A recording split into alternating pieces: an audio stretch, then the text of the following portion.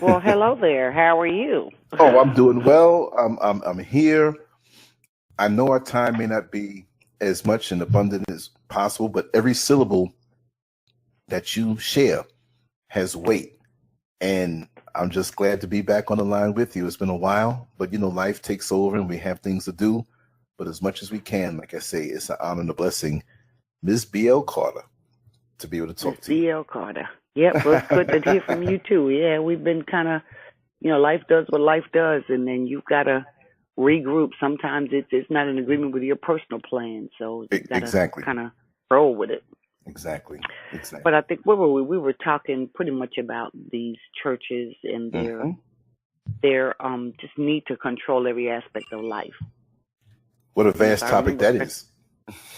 Yeah, that's vast. I mean, you know how many umbrellas we can pull off of that? Just hmm all kinds of directions. But I guess and I don't have a lot of time today. We've already talked Right. about that. But You control that. You I control when it ends. Okay. So no rush. I think I want to begin with because as I've played things over, um, one word of advice I would give to people is just listen to your pastor. hmm And let me clarify that. When your pastor is in the pulpit speaking, listen to what he says and what he doesn't say. And when you're listening to what he says, listen to the words that he's using to say it. hmm And I say that because in my experiences here afterwards, I can put it all together. But I know for the years that we were there would be constant references to sex. And he'd be in the pulpit and something would cross his mind, and next thing you know, he'd blurt out into a song and that has kind of sexual overtones or whatever, and some people would reel him back in or he'd reel himself back in. Grooming And people. so over time, what I just determined was that he had not maintained control over that level of his flesh, if you will. Paul tells us in the Bible that, we're to die to our flesh every day, et cetera, et cetera. And I know there's a move amongst a lot of women and some men to just remain celibate until they're married or until they're just spiritually ready to open themselves up. And actually, that's where I was. And so to hear uh, oftentimes comments about sex, or if there's a newly married couple kind of spending too much time on how was the honeymoon and things like that from the pulpit. Now we're not talking private conversation, we're all sitting around having a hot dog at somebody's house. We're Right. in the pulpit. Right. And so those are concerns I would share with people. That's the type of stuff you want to pay attention to. Make a mental note, and then make that list short. So, don't get the list too long before you decide to take whatever appropriate action works for you and your family. But in our case, the need to control the sex in our household for sure, and I know at least two other couples. And I'm not going to share the couple's names because I know I don't have permission to discuss it to that level. But I do know there was one couple that I know she shared with me that this particular senior pastor was questioning the sex in their marriage. And she felt very uncomfortable about it. And she kind of felt like, this is not even his business. Why is he asking me that? Now, she said she didn't go to him saying, hey, this is an issue. We need counseling. Can you help us? Right. He That's what I was brought the thinking. subject up to her. No, it Wow. wasn't kind of one of those things. He brought it up. Right. And, I kind of, at the time, I had not seen the pattern of the marriage situations. So I just dismissed it as a one-time situation. And, he knew more about their history than I did. And so I just, kind of let her vent and left it. But then there was another couple. And I remember I talked with both the male and the female on two different occasions. And the male, actually, who approached me first about it, and wanted to get my take on what do you do, how do you handle when the pastor is questioning your physiological responses to this woman. When he's asking when you're around her and she's wearing XYZ, how hard do you get, type of thing. Wow. Or going to the female, asking her, when you're around him and y'all are making out, how wet do you get? Stuff like that. Wait. And so Let me clarify something. I'm sorry to cut your flow. Wait a second. This is a male pastor approaching the wife, asking her how wet she got, asking the husband how hard he got. Wait a second. Did they ever go to him? Is this guy some type of licensed therapist that they have an ongoing dialogue and they gave him permission to ask these things? You mean this is just a mere pastor who they didn't mention this at all or that aspect of their life, and he's going to them? Totally inappropriate. my understanding was that he was helping to determine their compatibility in that area. But it was made very clear to me that they were both uncomfortable. Now, the male tried to answer his question like indirectly or vaguely, but the female, she said she just bottom line told, that's none of your damn business. And, she shot him down real quick. Hallelujah. But that's the type of stuff that goes on. And so, and for the record, he does have a background in psychology. As well as he's a retired military person. I forget the rank or whatever. That makes so he has a background in ability to manipulate and to put on a straight face when, all hell is breaking loose, so to speak. But in my particular marriage, I know sex was an issue as far as the church goes. Now, obviously, you wouldn't marry someone yet, and I'll just, it is what it is. Yeah, we tried the goods before to do, you're not going to spend 50 years and the goods ain't working. That's right. So we had to confirm that was an area that we were compatible in. And we did a courtship. We did, the dating. We did the exclusive dating. We did the courtship phase, then the engagement, and it was progressive. And so at each phase, our questions became more detailed and more in-depth. And so we clearly discussed the sex part, the do's, the don'ts, the likes, the non-likes, all that kind of good stuff. And, we had to kind of test some things out ahead of time. And so that was never an issue in the relationship as far as frequency, spice, whatever, getting the other one's attention. Right. Didn't take much. We knew how to kind of, look, it's time, do what you got to do and get your butt in, your behind in here and do. Exactly. We didn't have those kinds of issues. But what I noticed, and again, a lot of this started after, it started kind of before the church knew we were actually married, but they found out we were married after he had his wreck and he's in the middle of sitting on a multi-million-dollar lawsuit. So they started questioning our intimacy. Besides the fact of keeping him so busy, or keeping the two persons so busy to where the intimacy time is broken, if you will. So worn out to where when you do get home, you're tired. You're not thinking on that level. You're thinking of get a shower, grab something to eat, and go to bed. And this is by design. It is strategic by design. So we encountered that. We encountered on more than one occasion. I remember my husband saying to me, she can see us. And he was at that time he was referencing the second pastor, female pastor. And I'm like, you know what? We grown, we married, and she finna get a show. So, I tell the whole world I gave her a show. If she was watching at that moment, she got a show. You laugh. That's my brother said. Well, there was nothing unbiblical, nothing inappropriate about it. We have every right to do what we choose to do inside the covenant of our marriage. That's right. And so if you want to practice some witchcraft or astral projection or whatever methods you were using to look into our home, then you see what you see. Then the old folk tell you eavesdropping don't hear nothing good. Well, astral projecting don't see nothing good. I mean, really. Just watch us and get mad about what you're not doing. You know what I mean? Exactly. Or get mad that he's doing it with me. That was the key. The key wasn't because she is not married. She has not been married the whole time I was there. But it was really a matter to get me away from him so that they could influence his mind to have access to the money that's coming. And then there were other times when, I might be initiating. He'd say, no, they can see us. Okay. And I remember he said it in such a way as if he'd get in trouble if he did. And I questioned it one time. I'm like, well, who cares? That's he not said, good. well, yeah, you're right. We're married. Who cares?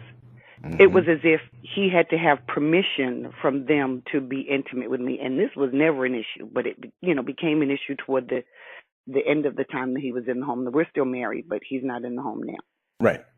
And so as I thought back on all of that, that just helped me to see the influence, the mental influence that was being put over him to help break the bond, break the intimacy, to help create a division in the household because they had an objective. And the objective is to keep control over him, to continue to use him, his resources, the money, our nice new truck, and all the other stuff, whatever. But I say all that to say, bottom line, out of the abundance of the heart, the mouth speaks. That's biblical.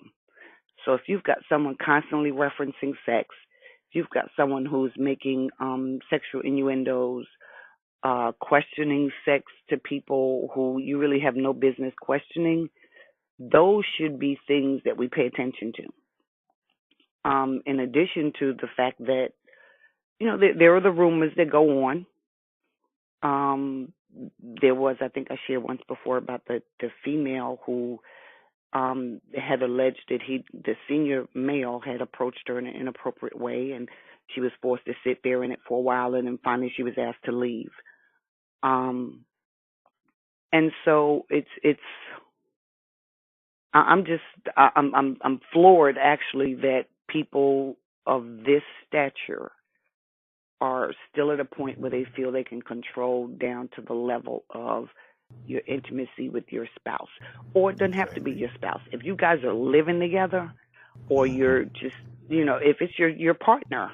Right. And I personally don't agree with the homosexual lifestyle, but if that's what you choose to do, their responsibility, and I believe my responsibility, is to say, biblically speaking, or anatomically speaking, this is why you shouldn't. But that doesn't change my love for you. Right. That doesn't say you're no longer my cousin or my brother or whatever it is because you choose to do this. I just request that you respect me and, put on a professional appearance, so to speak, when you're around me or around the children, because we definitely don't want to get the kids confused. Exactly. But that doesn't mean we get to go in and say, okay, well, how do you do it? And if it's two men, how does it feel? And how do you get the same enjoyment as with a woman, and that sort of stuff? That's inappropriate. It's inappropriate to question whether tools are being used or not. And I can't say for sure which couple. I was never asked this, but I know this was brought up from the pulpit about one particular couple who was using tools. And I think she had, and I'm just relaying what was shared, she had indicated that she needed tools to kind of get her to that final point. And he decided that something was wrong with her because her husband should have been able to satisfy her. And if he couldn't, then she needed to work on whatever was going on with her mind and get rid of those demons, because the demons had her to where she needed a machine instead of her husband. Yes. The more I thought about that, I'm like, well, yeah, I can see that, but then I can also see on the other side, a man, no matter what tools he's working with, and this is my personal belief, no matter what tools he's working with, you have to know how to use your tools, period. Everyone's got a different set. Exactly. And so if you get into the mind of your wife the way you need to, I mean, sex her, caress her, rub her mind, rub her body, rub everything else about her, It Exactly. doesn't matter if you came with the smallest screwdriver in the daggone pack. There you go. Good You're gonna, word. you're Good gonna word. be able to do what you need to do. Exactly. You'll get the job done. That's right. Exactly.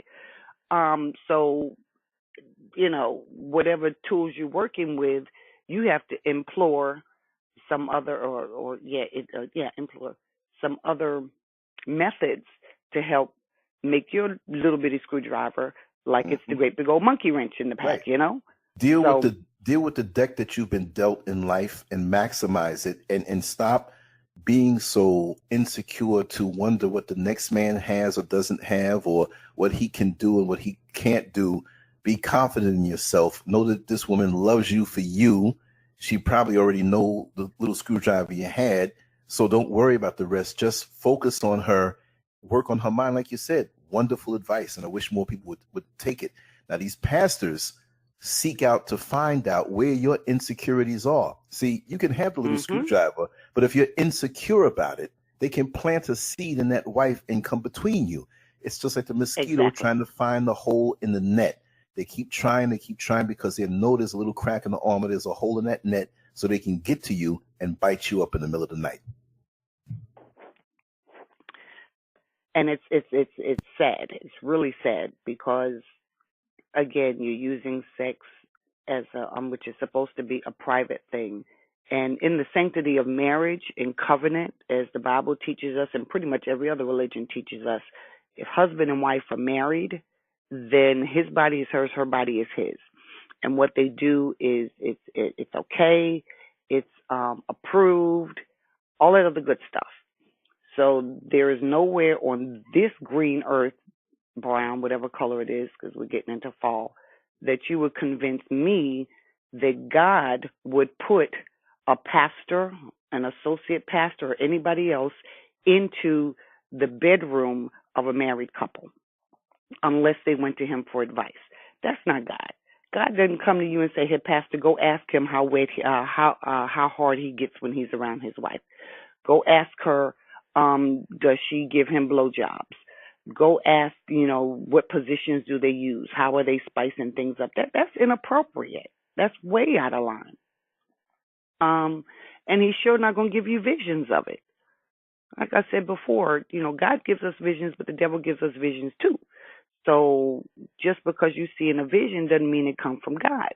And God is not going to give you a vision of a married couple in covenant, in His approval while they're in their intimate times. That just I can't even believe that. There's no way on this earth that you would ever convince me to believe that. Especially when His word says, "Leave and cleave." So you leave mother, father, everyone, and everything else, and you cleave unto your spouse. So and then you make him the third cord in the braid, which is more difficult to unravel, if you will, than just a two twist. So if he's the third cord and you're leaving and cleaving everyone else, why would he turn around and inject someone into that part of your marriage and say it's biblical or say it's godly? Not. Um, but just to touch her really quickly, because I caught myself making an outline because I can flow for hours and hours. I had to limit this. And Um, on that level, I love it. I love it. And we do have to still do some of those sometime, but I know because of the time constraints right now and today, and let's make it a better segment. But I can roll with you. Trust me. I really love your flow. with my husband and I, like I said, the acts started becoming an issue. Again, we discussed all the sex stuff ahead of time. Um, and so then it became a matter of, does she do this? Does she do that? And we're not talking the regular, and I shouldn't say regular, but the regular stuff that everybody does. We're Correct. talking more porn kind of stuff that you would see in a porn movie or somewhere else. You wouldn't normally Right. see the stuff that you just normal in America. Mm-hmm. And again, we established what my boundaries were. Right. So obviously the answer is going to be a no. Mm-hmm. And so then that becomes, okay, well, she might not be the right one for you because you need someone who's going to do these things, add some spice. So you're implanting these thoughts in his head. Now, again, remember my husband's got this brain injury. He still has a big old clot on his brain. Mm-hmm. And so he's very vulnerable at this point. his ability to think and strategize and rationalize far out is limited right now. So they got him when he was in a deficit, if you will. And then, of course, the frequency changed. And that again becomes the fault of the wife, this particular wife, knowing you had an impact in the change of the frequency because you're pulling him extra hours, you're taking away from family time, y'all are calling morning, noon, and night.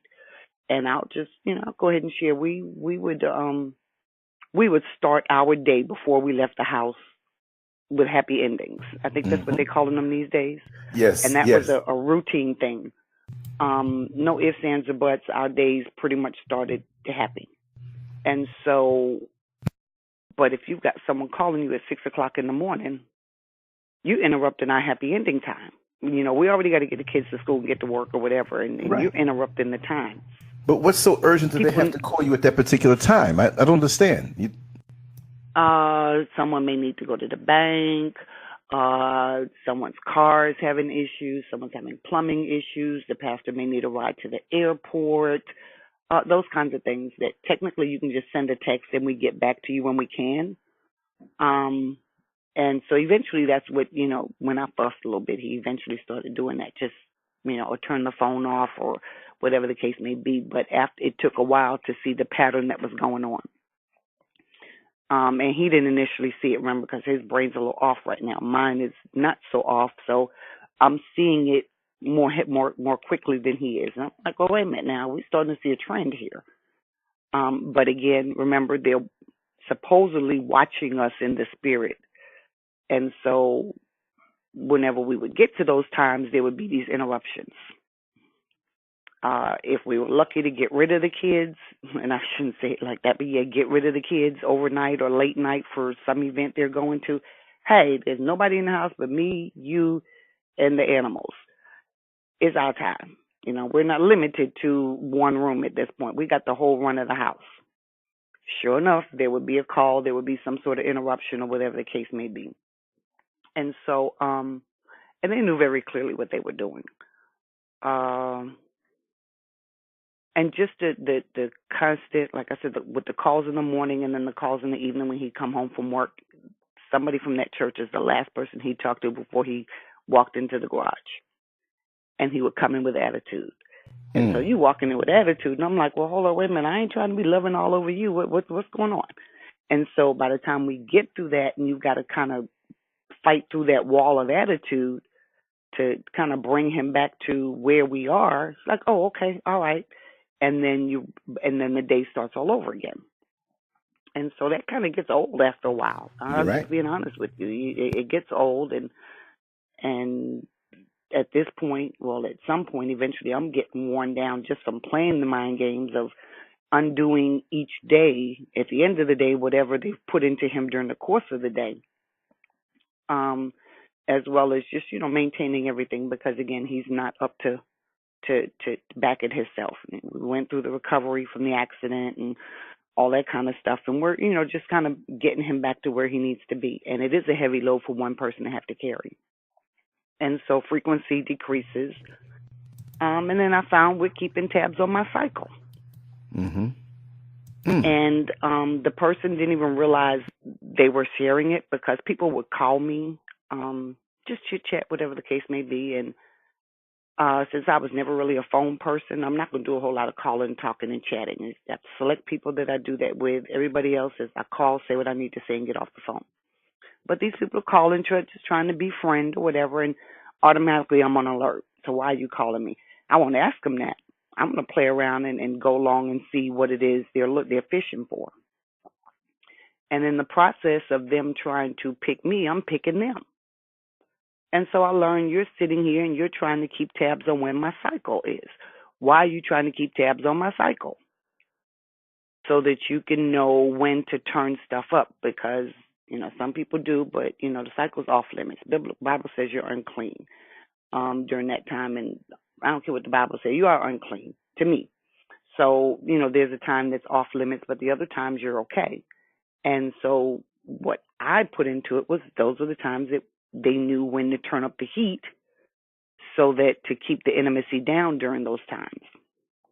And so it's just insane to the point you want to keep tabs on the wife's cycle and But know when she's on, so you'll know when they're going to do something intimate. let me And ask you also, do you think, well, I mean, you know this in hindsight, but do you think that they wanted to keep tabs on your cycle so that they can know when to try to send somebody to him to work on him that way? Was that ever an issue where they would send someone to him to tempt him or to befriend him at this time and work on him in that way also? well, I didn't think about it like that just because I knew they were doing that anyway, whether I was on my cycle or not. Women were being thrown at him. Oh, wow. Okay. Yeah. Like I So, yeah. mentioned, Yeah. they were calling various hours, and he'd been given a new assignment to be the person to receive the calls from all these random new female members when they had issues. Now we've got three female, associate pastors. They're not the ones these random women are supposed to call. They're supposed to call my husband. And thankfully, he would take the calls, and he would not get up in the middle of the night and go do whatever it was they wanted to do. But just the mere fact of having the interruption of some random woman calling, we're laying watching TV, and who the heck is this? I don't know who this woman is. Why is she calling here at 11, 12, 1 o'clock in the morning? Those are off limits times. For us, we had what you basically would call family time. And so we were pretty much shut down. We didn't turn the phones off, but after a certain time, don't call us for nothing unless it's emergency, pretty much. Because that was dedicated family time. We were out during the day, we're hitting it, we're doing whatever it is we're doing, and from this block to this block is family, whether it's me, him, the kids, me and him alone, him and the kids, me and the kids, whomever, but that was designated for family. And so we would get the calls from these people, and then I got to go figure out who the heck is this woman calling, Oh, she's somebody from the church. Okay, and that doesn't mean anything to me at this point. And kind of fish around, and all right. And as it turns out, one woman I remember specifically, she cussed him out by text because he wouldn't get up at 3 o'clock in the morning, about 2 something, and go pick her up and take her somewhere that she needed to go. She was having some kind of argument with the people she was living with, and they put her out, and she called him, and he responded back, I'm not disrespecting my wife like that. You just have to wait till the morning. And, she blessed him out real good. And so, of course, I made it a point to find out who she was because he was just honest. He said, it's disrespectful, and I'm sorry, but, I'm not coming out of my bed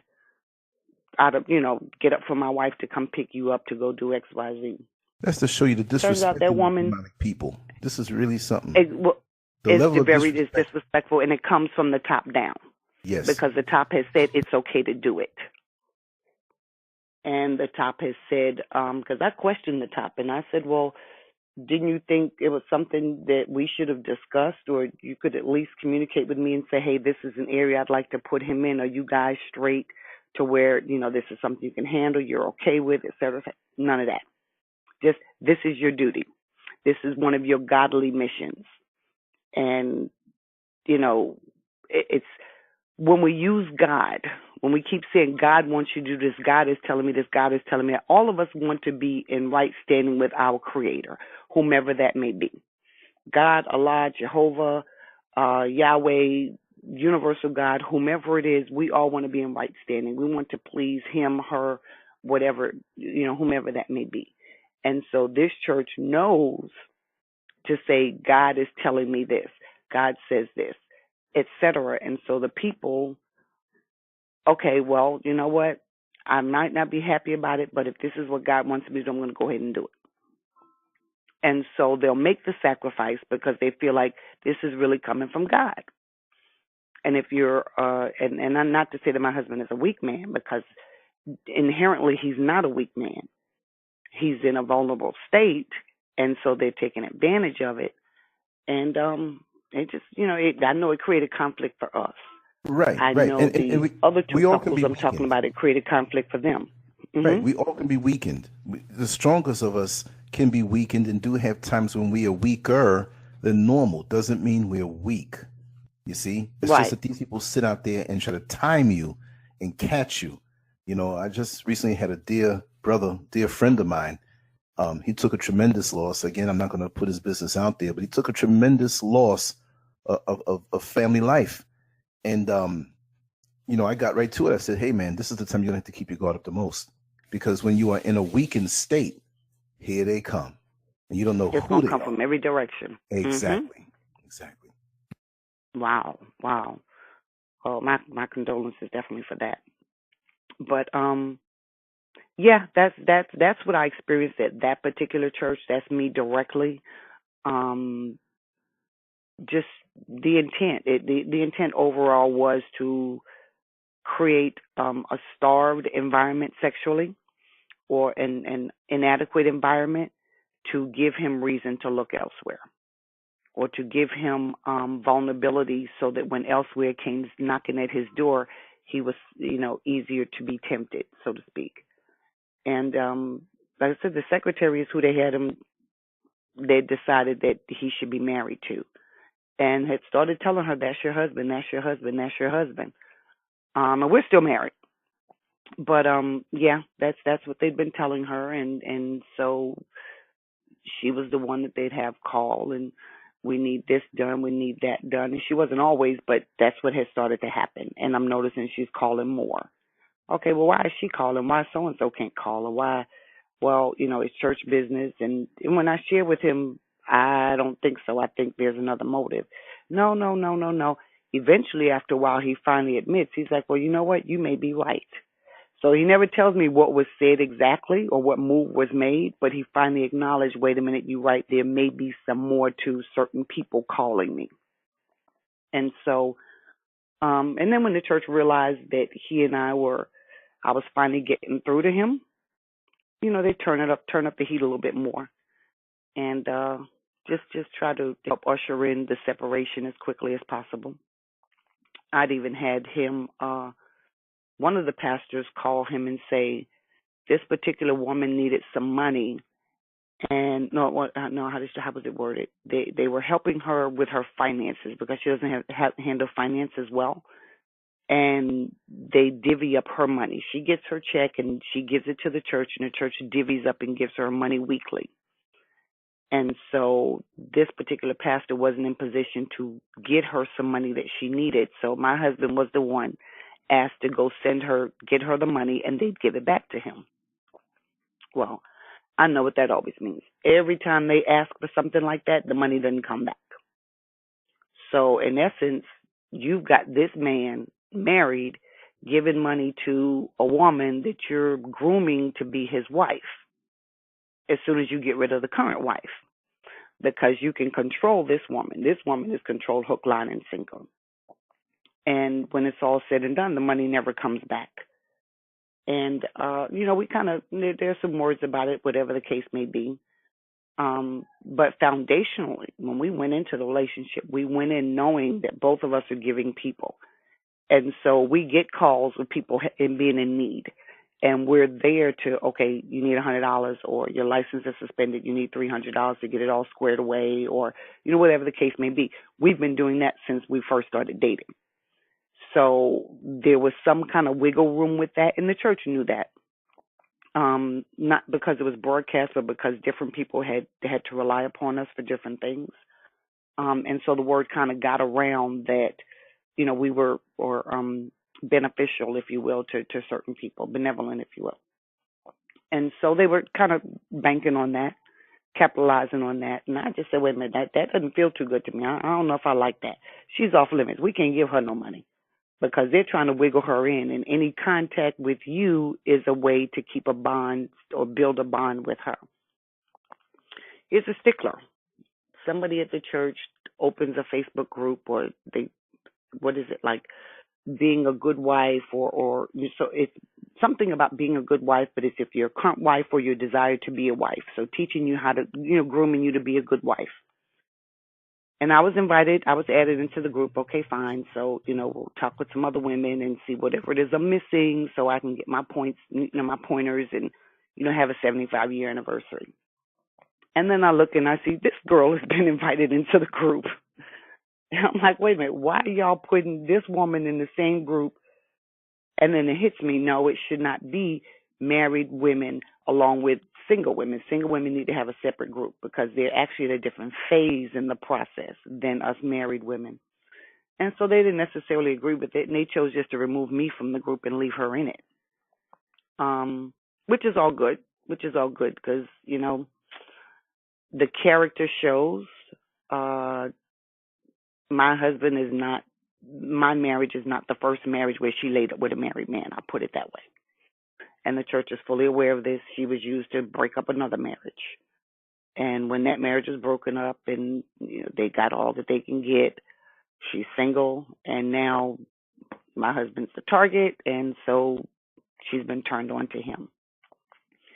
And that's what they do. At this particular church, that's what they do. They have people in place who are used to seduce others, to help manipulate others.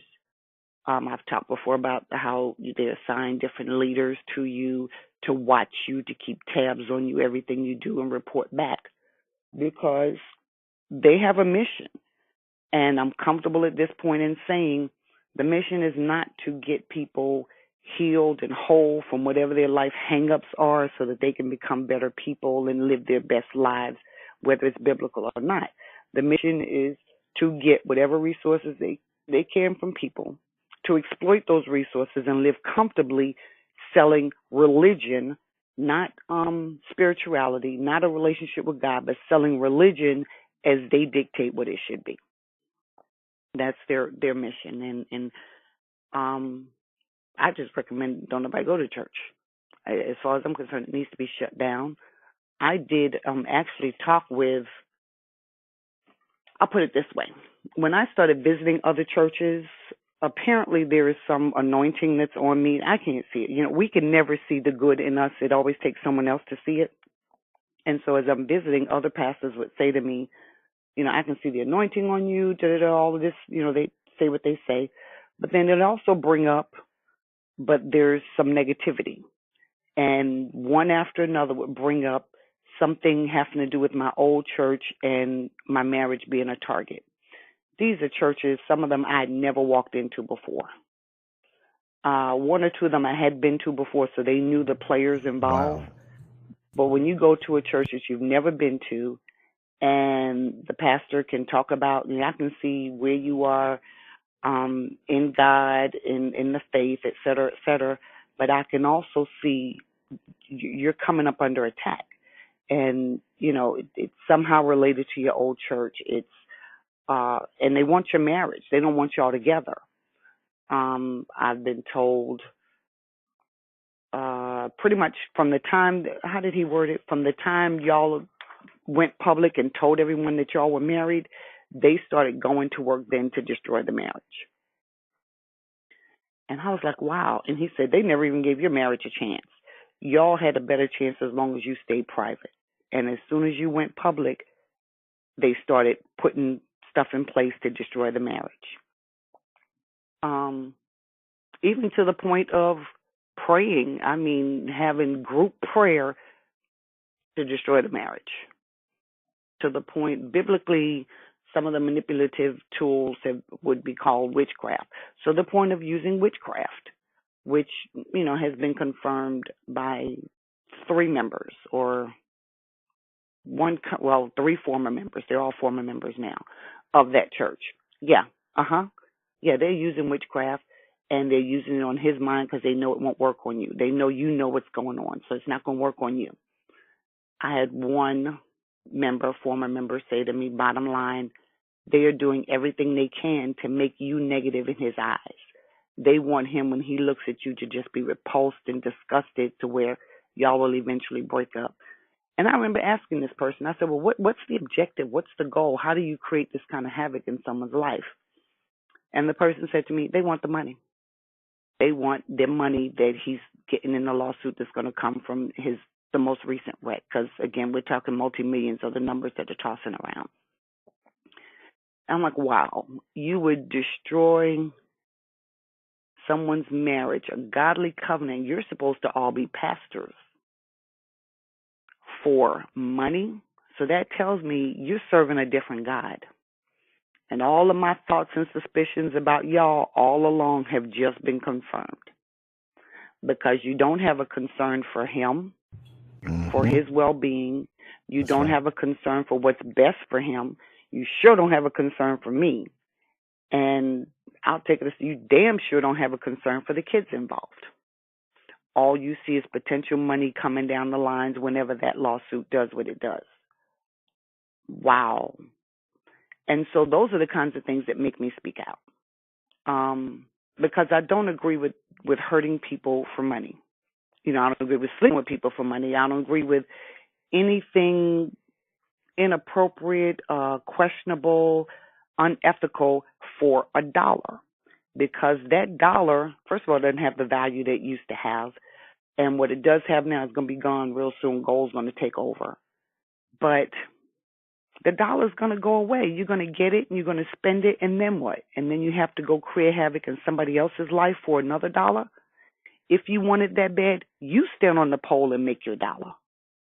Don't upset somebody else's life and what they work for just to get a dollar. So right. that's the gist of it as far as the sex and intimacy goes. It is strategic, and there's usually a goal, and that's one of the things that happens from my understanding and researching of cults. One of the things they do is they try to pull whichever the target is, whomever is the weakest of the spouses, that's who they work on. And they do whatever they can to pull them away. And if it means keeping them so busy to where they don't have time to think about their spouse, or keeping them or inundating them with so much time and talk and conversation to where when they get in, they're already talked out. So they don't have too much to talk about because they've talked everything else during the day with some church member who's been put in position to receive this information and store it for when and how they're gonna use it. And that's what cults do. That's one of the definitions of a cult. Because we all know, bottom line, if someone is sex deprived, male or female, whatever their threshold may be, some guys y'all ain't for 6 hours. Some of y'all are 6 days, 6 weeks, whatever the threshold is. When you get to that threshold, you're gonna fall weak to whatever's in front of you. And women, same thing. It just depends on where you are emotionally. And they look for those thresholds and they try to tax them out and take advantage of them. That's it. This particular church I know, and according to the definitions of cults, that's and it's just sad. It's sad that, people will go to those extremes or go to the length of getting in bed with the devil, basically. Because when you're looking at witchcraft, you're looking at sorcery, you're looking at, what I didn't say, one of the pastors at, I can remember the name of this church, Tower something. Someone had been recommending that I visit there, someone that I knew. Actually, the person that recommended it had come to the home to pick up. I had a gathering for the kids, and they came to pick up their child, and they came in, and they could sense something, and I was dealing with it, but I hadn't shared it with anyone, and so they asked for the opportunity to speak, and I gave them the opportunity to speak, and they just confirmed all of the stuff that I was already knowing is going on, but it's like, who do you share it with? And so we talked about it, and they invited me to their church. And so we did it. Some months later, we finally went and walked in there, and they actually had a visiting pastor that day. And that visiting pastor called me up and started speaking and said, bottom line, you're going through some stuff. I can see it, and it's coming for your marriage. And then he said, wait a minute, stop. And I wish I had it recorded because those were his words. He said, wait a minute, stop. I curse the witches, the 2 women witches that brought it to your door for you to walk over. So, wow, I looked at my kids and I'm like, hold up, wait a minute. Now, at this point, husband and I are not going to church every Sunday. We're now split. They're dragging him back there, and we agreed to 2 Sundays, because they say they need him to help with some administrative and stuff. And so we alternate. But when it's my Sunday for him to come with us, they're calling him all through the service. They need this, they need that, can't find this, can't find that. Or Thursday, Friday, or Saturday, they'll call and say, well, can you switch because for whatever reason. So if we had Sunday planned a particular something, then we've got to reroute, and then he's still not with us that Sunday because he's there, and he'll give us the next Sunday type of thing. And those were just little games that they were playing, and again, so he's vulnerable, he can't see it. He started to eventually see it, but truth be told, by then they've got him sucked in pretty good. And from what I understand with the cults, once they get your mind, you have to go through a deprogramming process. If you don't go through deprogramming, they will always have control of your mind. And even if you do leave, they will still be able to implore whatever the tactic is to jump back in the forefront and have control again. Kind of, remember? I don't know. Did you see that movie Get Out? Parts of it. I saw the whole thing in separate parts, bootleg style. But exactly. Okay. I know exactly what you're about to say. It's that same kind of concept. It's so whatever the trigger is, and actually I should have caught it because something was done right in my presence, but at this point I didn't realize what was going on. So actually I'll tell you, we were in a meeting. The pastor had called me and my husband in, and his objective was to try to get me and the kids to rejoin the church.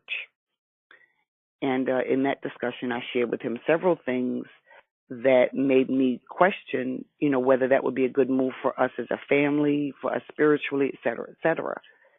And he did ask me, if I felt that he was legitimately a messenger of God and hearing from God, et cetera, et cetera. And I bottom line told him most of the time, no. Most of the time, I think you're operating in your own flesh.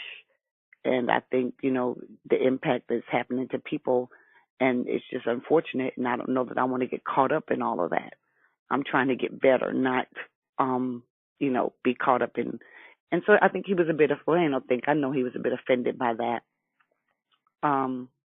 But then during the conversation, he'd asked me some specifics, and I was giving him some specifics. And I remember my husband, now before he's totally sucked in, he starts piping in some stuff. And I remember the pastor hushed me, turned around and said something to my husband, and I watched my husband literally shrink down from a man sitting with his shoulders up. He put his head down. He started fidgeting with his hands. His shoulders dropped, and he never said another word the whole meeting.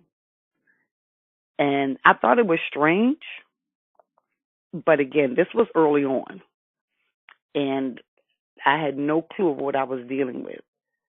And it wasn't until I saw the movie Get Out that snapped right back to me.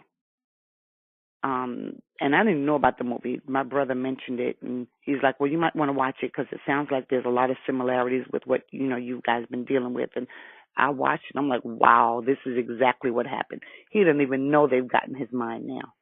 And they were able to shut him down just like that and introduce or bring up the person that they wanted him to be. And so, that's what cults do. And I think that's the bulk of the sex part of it, pretty much. Yes. That's a lot. They'll do whatever they can to get in your business.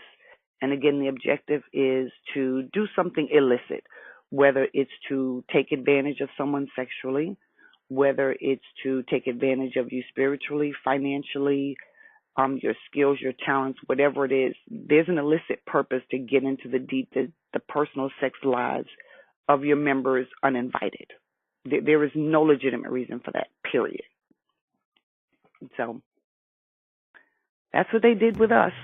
And, it's had its impact, but I am, thank God, before my husband and I married, as I shared, I'd been on my journey, and my journey allowed me to tame my flesh. And so I was in a period of celibacy by choice. Trust me, it was by choice because I saw some cute stuff, but I had to remember, I'm on a journey here, and I can't get off just for one night of, hey. Exactly. And my brother and I would laugh about it all the time. He'd kind of see me with some guys, or might go out on a date or whatever the case may be. And I'm like, nah, no, I'm stayed where I am. This is just a date. That's all it is. I'm staying on track with what I'm doing. And so I am there. It doesn't take much for me to get there. It's because for me, it's mental. For women, it's definitely mental. For men, not as much. I think they can, but it takes them a little longer to kind of make it mental. And my husband is definitely not there. And especially now with his brain being kind of off a little bit, he's not there, and he's not being fed a desire to be there. He's being fed a desire to feed his flesh. You need this. You need a woman that's going to stand on the pole, eat up a cat, let a dog into her, all kinds of craziness. Exactly. And this is what's being put in his head. And just perverting sex and perverting marital sex to the point where, I ain't going for that. I mean, no, ain't no four-leggers. All the dogs in this house go in the other room. No, nobody needs to be in the bedroom watching, and none of that. Y'all need to be out, locked up in your kennels, or whatever the case may be. So when those kinds of things are being introduced, and the spouse is toying with it, like, maybe we should try this. And I'm not saying that was what was tried, but it's to that level of craziness. Hey, wait a minute, where are you getting this from? And you've got your pastors who are sitting here telling you, well, a wife should be willing to do anything that you request of her. Well, you know what? The whole time we were together, we never discussed this. It's never come up. And, well, let me question it. Let me clarify that. We very clearly said what the boundaries were. And this was not within the boundaries. So and you were how happy do we get with what was in the boundaries. Exactly. You were happy with it. So how do we get on the other side of these boundaries, and all of a sudden this is critical, this is a need you must have. If you don't have it, you're not satisfied. And if you catch it early enough, you have to catch it like a cancer, and you have to nip it in the bud, and you have to make both parties understand where it came from. And this is one of the dangers of messing with porn. And this is the dangers of talking with other people who have a different spirit and a different mind than us, you see, because they will casually in conversation drop a little seed. And see, the seed can be dropped and you don't notice it, because what sprouts from that seed doesn't come to fruition immediately.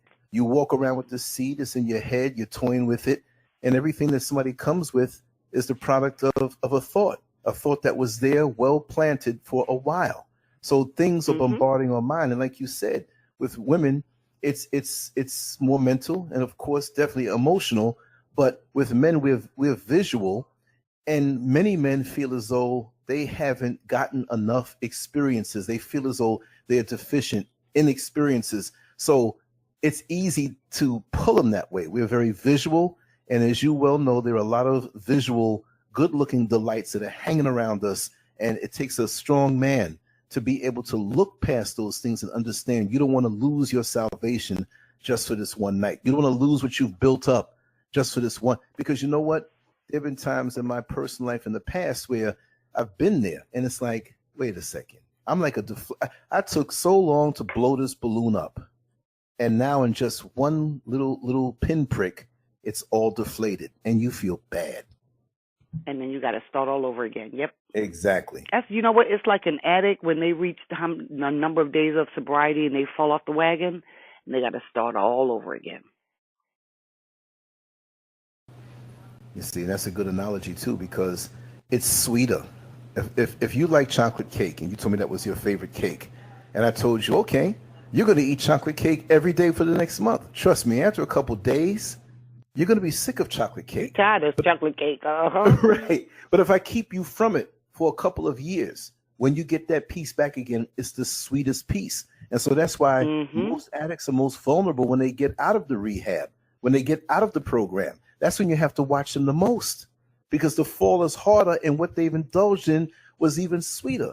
And that goes for a sex addict or one who is made to be that, you see? And they work up your mind. And it's a shame, because I've always noticed, and I'm going to shut my mouth, I've always noticed that in the Black church, there was an undertone, lots of undertones of sexuality.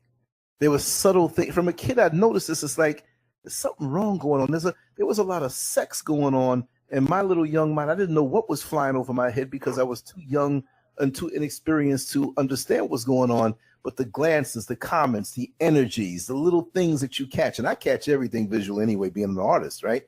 So as I got older, I realized when now things came to light where, oh, sister so-and-so was messing with a brother so-and-so, and the wife found out, and this and this. And I said, wait a second, all this was going on? Isn't it supposed to be church? Isn't this, like we said, we believe, but that in itself, in a sick way, I will say this, that makes it sweeter in a sinful way. That makes the indulgences, because it's forbidden.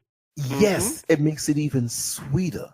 I've heard stories of pastors who have stepped down for a second, maybe to use the restroom, or somebody else spoke, and he went right in his office with one of the people from the congregation, and went on and did a quick little act and came back out. That's how bold they can get. And it must have been sinfully sweet for him.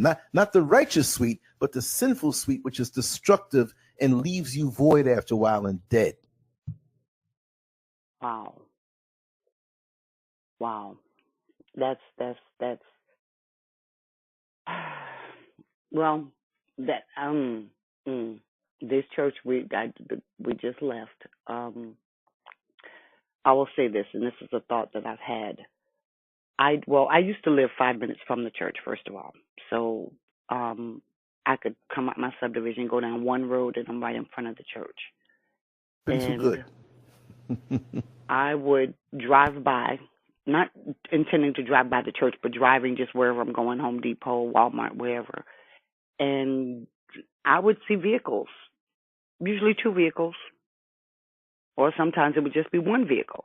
And when I see that one vehicle, I would see who's either getting out of the vehicle or who's getting into the vehicle. Wow. And wow. So I had access to the church many more hours than most people even thought about, because during the course of the day I'm out doing what I've got to do, and that's my route to go. Home Depot is one of my stores, and so that's one of my routes to get there. And so there are quite a few times that I saw stuff that would be, just kind of, what's going on with that? And some of these folk married, and they ain't married to the person that they're there with. Well, the senior pastor, I'll just put it that way. I call it that. I know they're not married to him. And actually that made me think, well, wait a minute now. Well, maybe they're in counseling. I know this particular person's got issues in their marriage and et cetera, whatever. And so maybe they're counseling. And then I thought about it. Why are you counseling her privately during the day when everybody's supposed to be at work, et cetera, et cetera? And why don't I ever see you here counseling the husband? It's a very special kind of counseling. And over time, as things continue, and then when I watch it in my marriage, I'm like, you never counseled me. Not one time did you call husband and I in to say, hey, look, y'all got issues. Is sex an issue? Let's talk about it. Or let me refer you to a sexologist or somebody to, help you guys deal with that if that's an issue. Never. But you have this psychology background. You've got another person who's a marriage and family therapist, supposedly, and never once is there any counseling offered. I know in my marriage, to help make sure you guys stay on course or whatever the case may be. But I was going somewhere else with this. I remember we had collected up some monies to build out. We have the physical building for the classrooms, the learning center, if you will. The building was there, and we needed to go ahead and build the classrooms out, put in the interior walls, things like that. And I think this was maybe the second or third time we'd taken up a special collection for that, and it got rerouted to somewhere else. Finally got the loan, and the loan, what they wound up doing with the loan that time was building a completely different end of the church. But part of the new build was to take out an office and create a bedroom for the senior pastor, which was adjacent to his office. So, here's the visual. You could go into the office, And the office is off the hallway where the cameras are. So you could go into the office for counsel. You can scoot through the restroom. And the restroom was kind of built out a little bit bigger, so it's a full-fledged restroom instead of just a little toilet and little quick shower area. And then you've got a full bedroom suite in there. And I thought about that, and I'm like, well, why does he need a bedroom in the church? That just didn't make sense. And one of the elders said to me, well, you know, he's tired from driving. He lives 45 minutes away, et cetera. And I said, well, he doesn't work during the day, so what is he tired from? So I know he doesn't work because, you know, I pass by the church, so I know he's not working. And I know he's not always at the church. But for those who live an hour away on the other side of town, it's nothing for them to commute back and forth.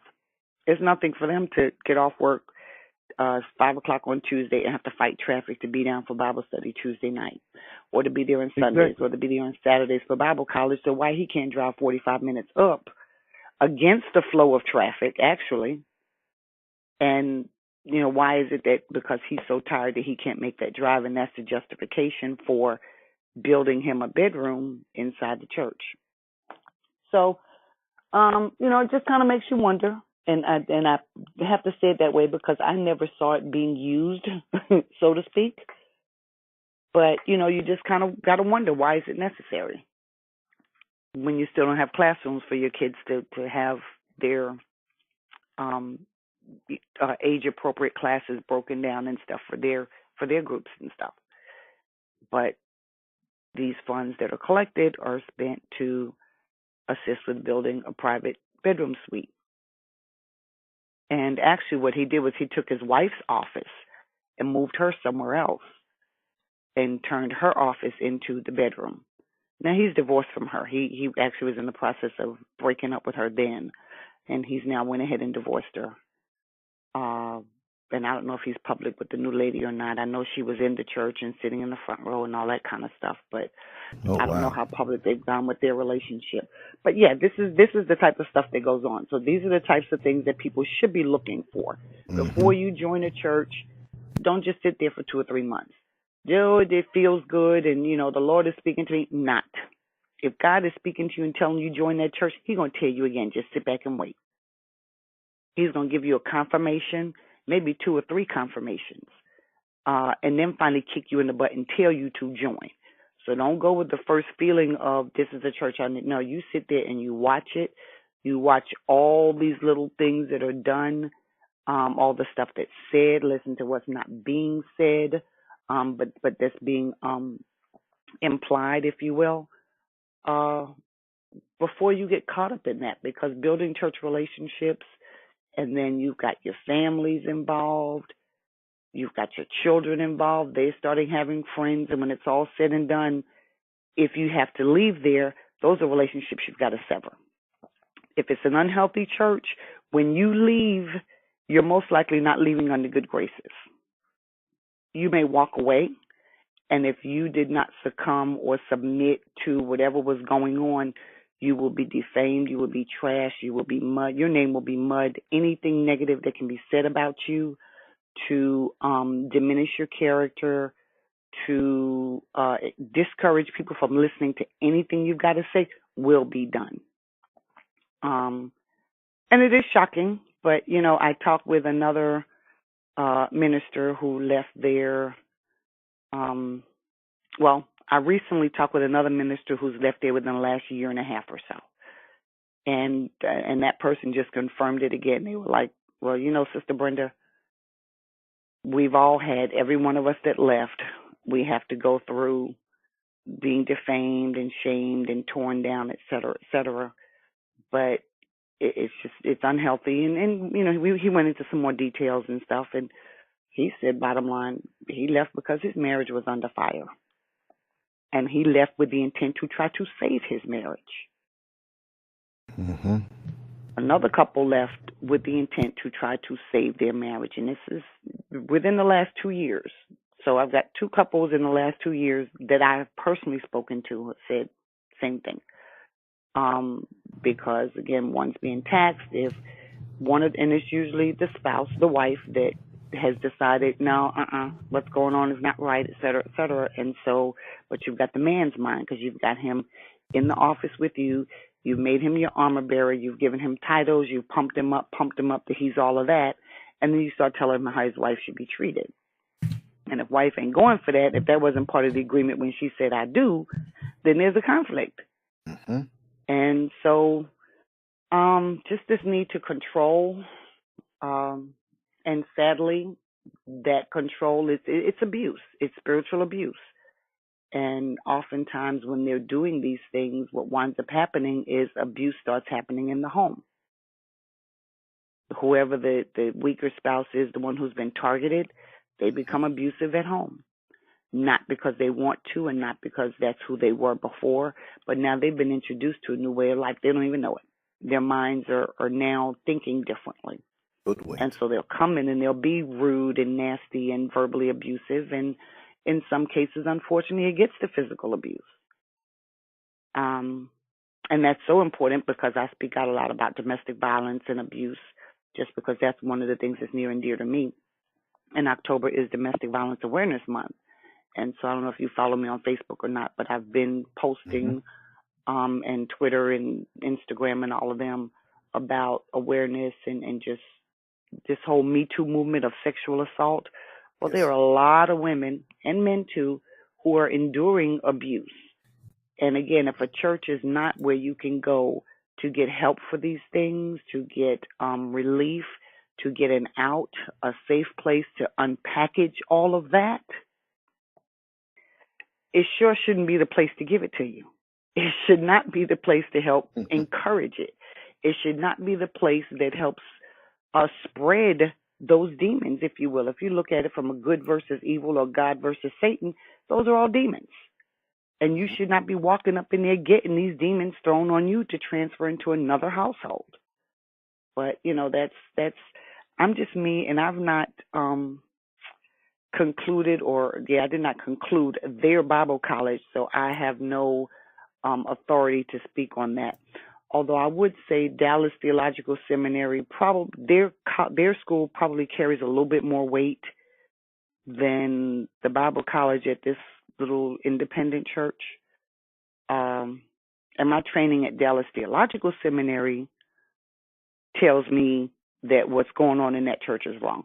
What's going on in that church is not godly. The pastor and everybody else, you can call them reprobate, whatever title you want to give them, but it ain't godly. And then if you want to get the church out of it totally, it's just common sense just says, if you got two people married, you ain't got no business in their marriage, period. I don't care who you are. Mama get out, daddy get out, auntie, uncles, cousins, dog, cat, everybody get out the marriage. Allow them to be married. Allow them to work out their issues and stop planting seeds in the ear of one or the other for your own personal gain, your own personal purposes. So, but you already know I'm one of those, I highly believe in respecting marriages. And that's, again, because I was in a marriage for 10 years. We were together, my first marriage. And regardless of whether it was like the love of my life and soulmate and all of that, we respected the fact that we were married. My husband never, well, that's not true. The first year or so, yeah, he was listening to all the mamas and the aunties and all them other people in his, no, baby, we got to leave and cleave. And so when we kind of went through that phase, you couldn't step to him about anything about our household. You couldn't step to me anything about our household. What we did wrong was between us. We chose to do what we did wrong. No one came to him and said, hey, look, your wife is ugly or your wife is this or whatever, and so I need to do this. Or no one came to me and said, your husband's not meeting this need, so let me help. None of that, because that door was closed. And we're not getting that today. At least I know at that church we're not getting that. What they're getting at that church is, I am the senior pastor. I have direct connection with God. He talks to me. He shares stuff with me. He gives me prophetic word for you. And if you don't want to hear it, then you just have to suffer the consequences of not being obedient to what God is saying. And God is telling me that's your wife. This is your job. This is where you should move to. This is how you should spend your time, et cetera, et cetera. This is how you should spend your money. That's what they're getting at that place.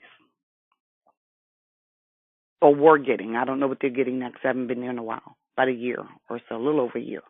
But that's what they were getting. I know that's what I got when I was there.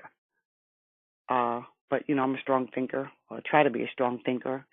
And Spellman did that for me. Well, that If you they are. did nothing else, they were worth their $30,000 a year, because You know what I think? I think you already were a strong thinker, but they may have helped you to hone into what you already had, because I'm just of the belief that if you don't have it, nobody can put it inside of you. When you speak, how you resonate, and what I feel from you, it's just a strength. And yes, we can all be strong and weakened at certain points, and that's all of us have been there. But there's a certain, let me tell you something. I know you piss people off with your presence. Let's just cut the chase. You walk into a church, people see you now, they see your strength, not even just the church, but in just everyday life, the clarity of how you speak, the focus and the drive, and how sure you are of what you've been through and the facts. They don't like it because there's no way in to fool you, you know? Is that what it is? Okay. I believe so. Look. Even demons have the spirit, the gift of discernment. A discernment. They depend. They depend on it even more. They have to. They're dark creatures. They have to. They have nothing else. They have to depend on that.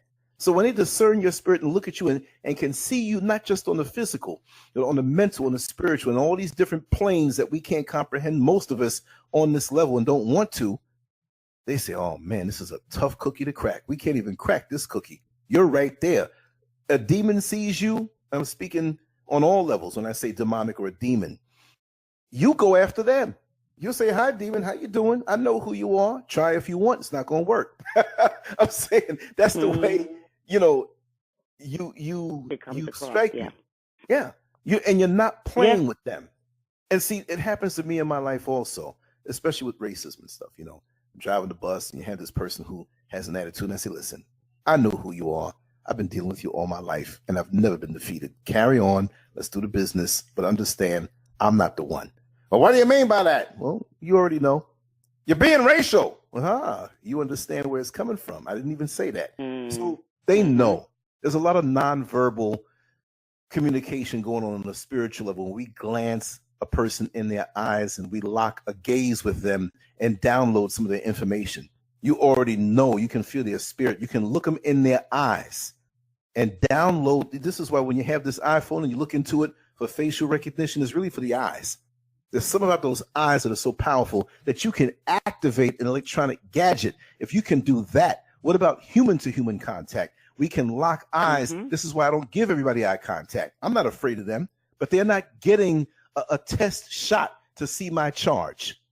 You see what I mean? Those who I want to. The eyes are the key to the soul. Exactly. You look at a dog who has bit up everybody up and down the block, and he got out of the gate, and you're walking down the street, and he's coming for you, and you look at him, and he turns around and goes right back in that gate. He'll close it if he could, and he watches you go down the block. It's in the animal kingdom. It's with us. That's why you make sure you keep yourself right and your battery charged, because they see your charge like a cell phone. If it's 100%, they see it. If it's 13%, oh, we got one here. She's on her way out. She's weak. Life is beating her down, and she don't know how to deal with it.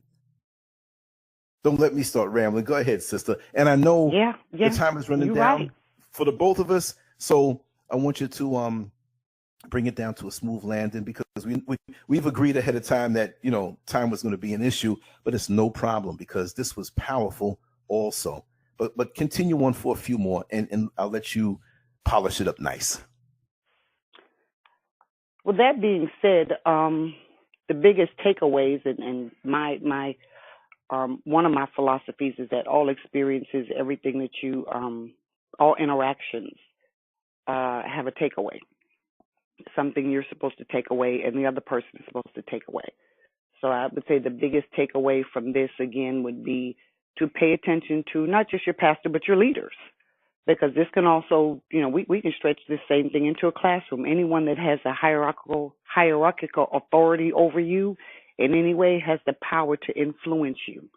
And they can influence you for their purposes, or, which may not be to your best interest, or it could be to your best interest. We're speaking specifically about the church and And I'm speaking about my experience, so I will say that if you're attending that church or you're visiting, you want to be prayed up, you want to have your walls up, whatever the sayings you got to say to put that hedge of protection around you before you walk in there, because those demons are strong and they're very organized, very, very organized. And I know it's not just there; it's at other churches as well. And they're going to come at every direction. They're going to love bomb. They're going to do everything they can to get on your good side. And from day one, they are fishing. They are on the prowl, because reality is, just like a drug addict, they have a habit to feed, and their habit is a home, a car, travel, jewelry, dinners out, certain clothes. That's their habit, and they've got to feed it, and they're going to feed it using you. So we just need to be mindful of those things so that we don't get sucked in, and before we know it, we've got our lives turned topsy-turvy, and our kids are in chaos, our homes are in chaos, our lives are in chaos. And they're still laughing all the way to the airport because they're going back to Nigeria for another visit and get some more demons to bring back. So on point. So I guess that would be my advice. Just be very mindful of those who are in leadership over you. And I think it was said, do you remember the three monkeys? Hear no evil, see no evil, do no evil. Be mindful of what you let into your eye gates. Right. Be mindful of what you let into your ear gates, and definitely be mindful of what you let into your home and into your cookie box and all that other stuff. But hearing, and don't the scientists say that the hearing is the last thing to go before you transition? And babies, that's one of the first things they acquire when they first come here is their hearing. So hearing's got to be important if it's the first and the last. We got to be mindful of what we're letting into our ears, what we're allowing, because as you said, stuff comes, the thoughts are there. Every deed that we do has begun with a thought at some point. And that thought came somehow, whether it just, manifested in you by itself, or whether more often than not, it was planted in some way. Might have been 6 months ago, 6 years ago. If it's demonic, it might have been planted from the day you were 2 years old. And it sat and it waited and waited and waited until it was time to start growing. So those are things we want to keep in mind, because sadly enough, in this day and age, just about everybody has a purpose or motive in why they interact with you. And oftentimes it's not for your best interest. So, and that's my spiel on the Living Word Faith Center and their interaction into people's sex lives and marriages and stuff like that. And that's like the tip of the iceberg, but I'm glad we had a chance to touch on it on an overview level, because each particular attack and each particular tactic that they use in seducing and attacking, needs to be detailed, because hell is vast and evil is vast. We minimize it and, say, get thee behind me, Satan, and all this stuff, but we're nothing without the Creator behind us, you see. So we can go nana all we want, but if we think we can fight the battle by ourselves, we're sadly mistaken. So we need to know these things, and it is a war. It's not just a matter of grabbing a few scriptures and throwing it out to the universe. We need to know the tactics of the enemy so that we can protect ourselves on all levels, and there's nothing that they will not do. I mean, you illustrated that so clearly, and it can get even worse. I've had personal experiences. I've learned from other people's experiences, and I can truthfully say that what you're saying is right on par with how the negative forces of the world work. And I thank you so much. This helps somebody. You're so very welcome. And if anybody have questions offline, then I think we have the chat thing set up or whatever, or they can get with you, and then get with me. Especially if they're going through some stuff. Right. I'm more than willing to talk with them, over the phone or whatever the case may be, and share with them some of the prayers, obviously. And then if they're unsure about some stuff, help them to kind of see. Let me just give out the number again, 407-590-0755. That's my personal cell number. You can call me when I'm driving the bus. I can't hear it because it's off. Text me. That gets through better. You can send a long text. can send long emails to scurvmedia@gmail.com. That's SCURV media, MEDIA@gmail.com. Everything will be in the section below. All the contact information is I'm so easy to reach and accessible. You can even write a nice long email. I will forward it to our sister. You could send me a text and we can forward your information to her. And like I said, we'll strain out anybody who has wayward approaches, because there's a lot of that going on out here, even after hearing what you had to say, because it's all business here. We're all about helping people and being real. We have no time to play. So reach out to me. My numbers and all my stuff is out there, and I'll make sure that you get a chance to speak with Sister B.L. Carter and her powerful ministry. And I'll call it a ministry because it's the real deal. This other fake stuff out here, it's a ripoff. You see? So anyway, sweetheart, you enjoy the rest of your day. It's funny that we both had to hit the same kind of destination. I just came from one and you're going to go to one. And it's that kind of thing. And reach out to me anytime, even if it's for 15 minutes or 15 hours. I don't care. I love your flow, and we all here love it too. And like I said, that plate of food's going to be waiting for you when you come to Orlando. I'm coming. Told you I'm coming. Actually, we might, because it came up about possibly trying to roll that way for Thanksgiving. So we're still kind of playing with the schedule and stuff. Hopefully, if I can get my truck out the shop, or I'll tell you, they gave me the top of the line, brand spanking new 2019 loaner while my truck is in there. I'm hoping my truck stays in there for another 2 months, because this just is nice. Right. I'd love to see it parked in this driveway, right? Okay. Yeah. Bring the family. All right, then. Down. And yes, we'll talk, sweetheart. Thank you so much. Okay. All right, then. Bye. Bye.